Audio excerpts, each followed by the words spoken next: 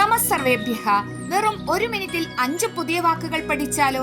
ദിവസവും ഉപയോഗിക്കുന്ന 5 വാക്കുകൾ ഇതാ. നമുക്ക് തുടങ്ങാം. ഒന്നാമത്തെ വാക്ക് ദുഗ്ധം, അതായത് പാൽ. നമ്മൾ കുടിക്കുന്ന പാലില്ലേ, അത് തന്നെ, മിൽക്ക്. രണ്ടാമത്തെ വാക്ക് നോക്കാം, അന്നം, അതായത് നമ്മൾ കഴിക്കുന്ന ചോറ്, റൈസ്. റൈസിന് പറയുന്ന പേരാണ് അന്നം. മൂന്നാമത്തെ വാക്കിലേക്ക് നോക്കിയാലോ, ഫലം. ഫലം എന്നാൽ പഴം, അതായത് നമ്മുടെ ഫ്രൂട്ട്.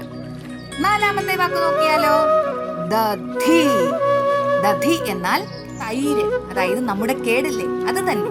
ഇനി അഞ്ചാമത്തെ വാക്ക് നോക്കിയാലോ, അഞ്ചാമത്തെ വാക്കാണ് ഘൃതം. ഘൃതം എന്നാൽ നെയ്യ്, അതായത് നമ്മുടെ ഘീ, അത് തന്നെ. അപ്പോൾ ഈ 5 വാക്കുകൾ നിങ്ങൾക്ക് ഇഷ്ടപ്പെട്ടോ? ദിവസവും പുതിയ വാക്കുകൾ പഠിക്കാനായി ഈ വീഡിയോ ലൈക്ക് ചെയ്യാനും സബ്സ്ക്രൈബ് ചെയ്യാനും മറക്കരുത്. നാളെ മറ്റൊരു വിഷയവുമായി വീണ്ടും കാണാം. ധന്യവാദ.